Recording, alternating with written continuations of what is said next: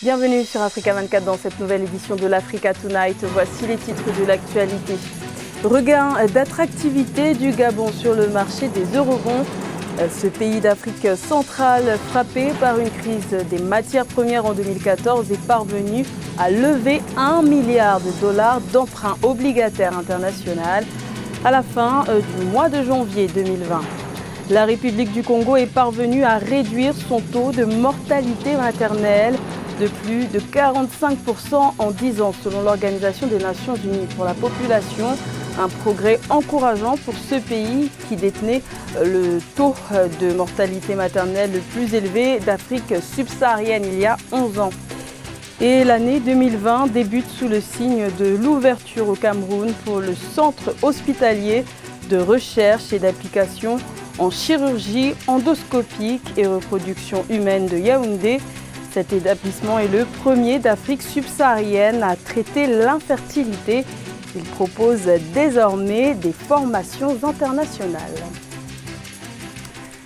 Mais tout d'abord au Burkina Faso, l'ancien président et premier ministre Yacouba Isaac Zida pourrait bien porter les couleurs du parti du mouvement patriotique pour le salut.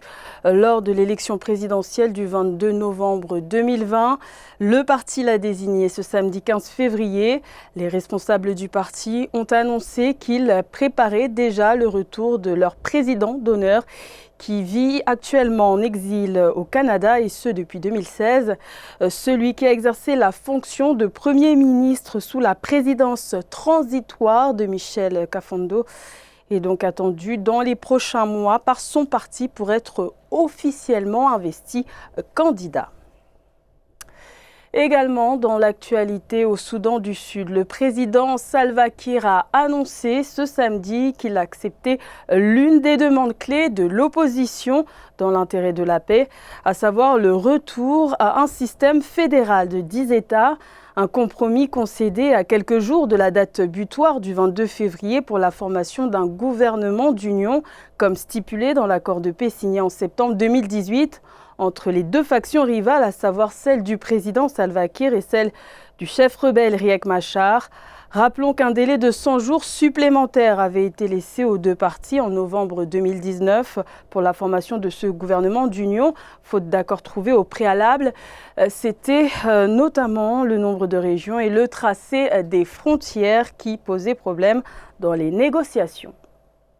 Le Gabon a réalisé un nouvel eurobond fin janvier 2020, un emprunt obligataire international qui a permis au pays de lever 1 milliard de dollars et de rembourser sa dette internationale dont l'échéance était en 2024. Le Gabon est donc redevenu attractif aux yeux des investisseurs internationaux. Nathalie Mo.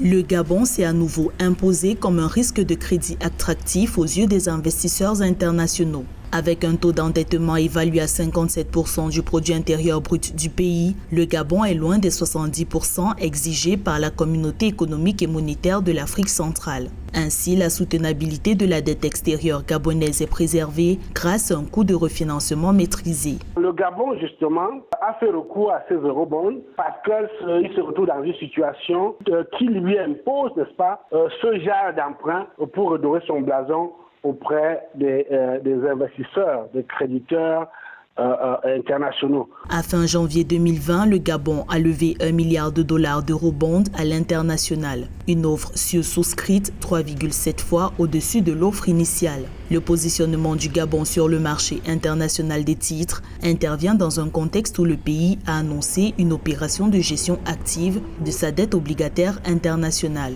Cela permettra, n'est-ce pas, d'assurer de servir la dette extérieure, parce que c'est de ça qu'il s'agit, en temps et en heure, pour rassurer, n'est-ce pas, les bailleurs de fonds bilatéraux et multilatéraux. Le Gabon travaille au profilage de sa dette obligataire internationale, à peine sortie d'une crise des matières premières qui l'a frappé en 2014. Rappelons qu'en 2015, le Gabon avait levé sur le marché international la somme d'1,5 milliard de dollars. Le remboursement de cet emprunt devrait arriver à échéance entre 2022 et 2024.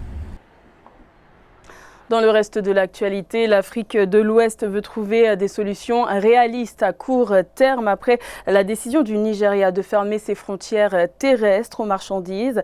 Cette mesure que le pays applique depuis août 2019 a eu de graves conséquences financières sur les pays voisins qui ont accusé d'importantes pertes.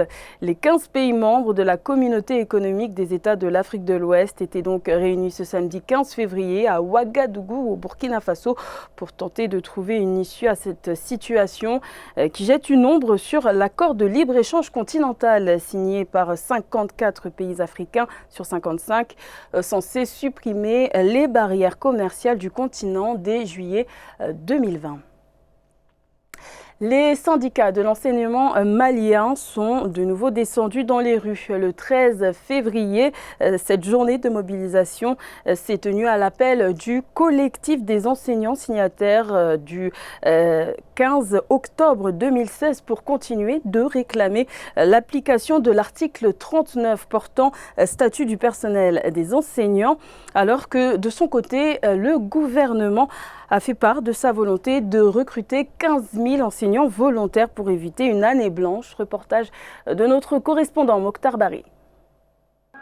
Pour la deuxième fois de l'année, les enseignants maliens ont battu le pavé jeudi 13 février 2020 pour réaffirmer leur volonté de voir l'application de l'article 39 par le gouvernement. Les syndicats qui observent une série de grèves depuis le début de l'année n'entendent pas baisser la pression, d'où cette forte mobilisation de la place de la Liberté à celle de l'indépendance de Bamako. Le mouvement populaire et bien sûr l'ensemble du pays, l'ensemble des couches qui ont le souci et bien sûr de la démocratie au Mali.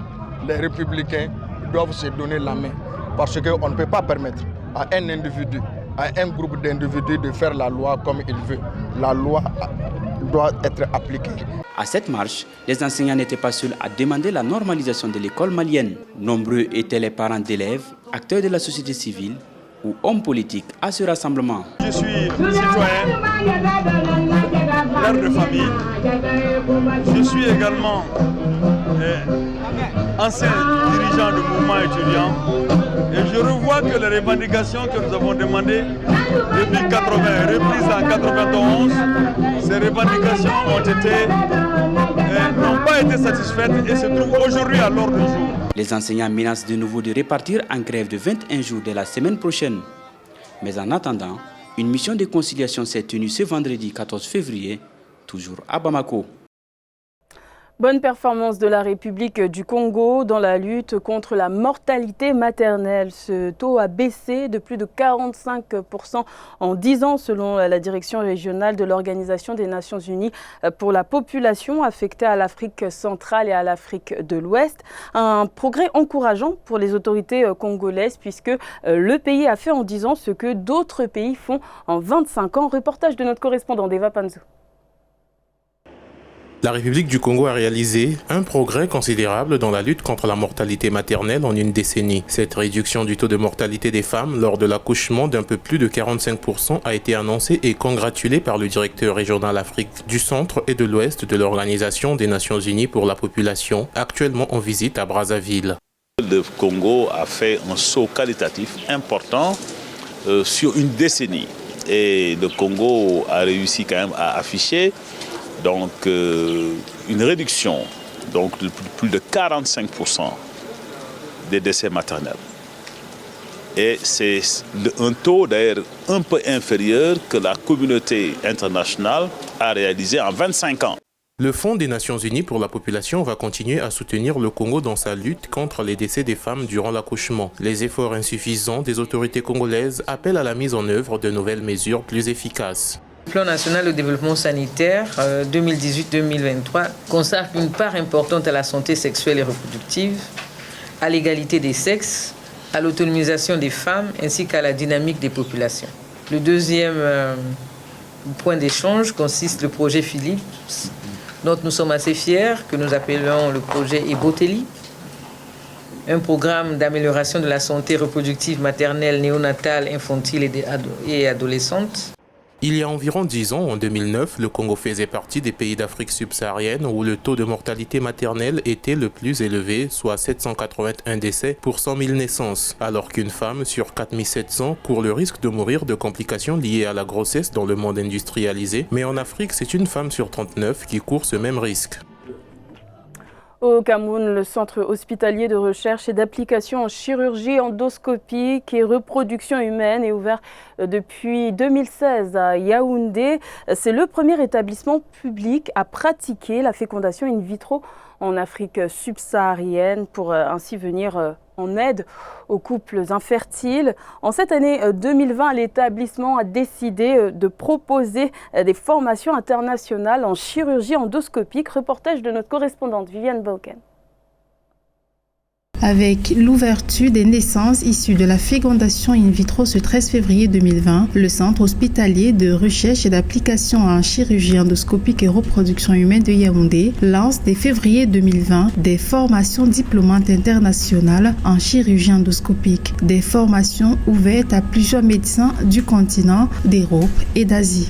C'est une formation que nous voulons différente de toutes les formations qu'on a vues un peu dans les pays européens où on dispense beaucoup de savoirs savants, mais on ne transmet pas des compétences parce que les gens n'opèrent pas. Mais là, nous allons changer, n'est-ce pas, de façon de faire pour leur donner plus de compétences que de savoirs savants. Les apprenants en chirurgie endoscopique auront donc la possibilité durant ces formations de procéder à la pratique de façon continuelle. Quand vous passerez chez nous, vous serez capable d'arriver même en Côte d'Ivoire, au Gabon, quel que soit le pays, vous pouvez opérer normalement. Les Africains ne peuvent pas opérer partout. Et vous savez, les lois sont aussi très rudes dans ces pays-là. Et ça fait que nous ne pouvons pas, ils ne peuvent pas avoir les mêmes compétences. Or, dans nos pays, ils viendront, non pas qu'on va leur permettre de faire n'importe quoi, mais on va insister à ce que les gens apprennent à faire. Et il y a de quoi faire ici, pour que finalement les gens finissent leur formation au bout de 2 ans, avoir des compétences d'un certain niveau. Le Centre hospitalier de recherche et d'application en chirurgie endoscopique et reproduction humaine de Yaoundé ouvre en 2020 sa première saison de formation diplômante internationale après 3 ans d'exercice et d'expérience dans la fécondation in vitro et la chirurgie endoscopique.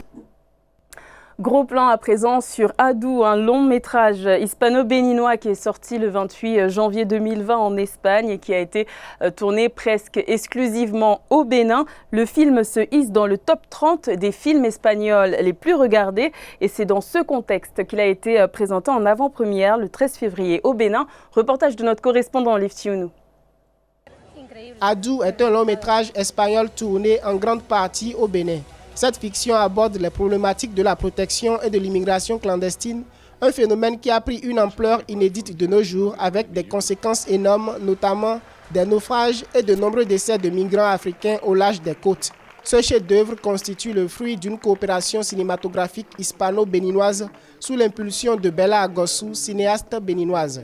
Le thème principal de ce film, c'est l'immigration. C'est 2 personnes qui parlent 2 langues différentes, mais qui se comprennent parfaitement, comme Adou et Massa. C'est 2 personnes qui parlent le même langage, le père et la fille, mais qui ne se comprennent pas. Et après, c'est un monde injuste où un immigrant meurt et ça n'a pas de valeur parce que c'est toujours les autres qui gagnent. Imaginez qu'il y a eu près de 600 personnes qui ont été mobilisées, 35 véhicules, donc 15 camions qui ont été mobilisés pendant 1 mois et 1 semaine, gérés au Bénin. Vous voyez, près de 200 personnes qu'on loge tous les jours pendant toute cette période-là. Le Bénin, à travers son relief, son paysage et ses villes touristiques, a incarné les décors de plusieurs pays africains dans le film Adou. Le producteur Edmond Roche et ses partenaires Paramount et Netflix ont contribué au renforcement des capacités professionnelles d'environ 400 comédiens et 600 personnes, dont les techniciens béninois. Nous avons tout ce qu'il faut au Bénin pour que, effectivement, le Bénin puisse être une place forte de la culture et du patrimoine africain. En avant-première en Espagne le 31 janvier 2020, le film Adou a eu 200 000 entrées, 1 700 000 € de recettes et a été distribué dans 400 salles dès sa sortie. Il a été classé dans le top 30 des films espagnols les plus regardés. C'était le journal de la rédaction. Merci de l'avoir suivi. L'information continue sur Africa 24.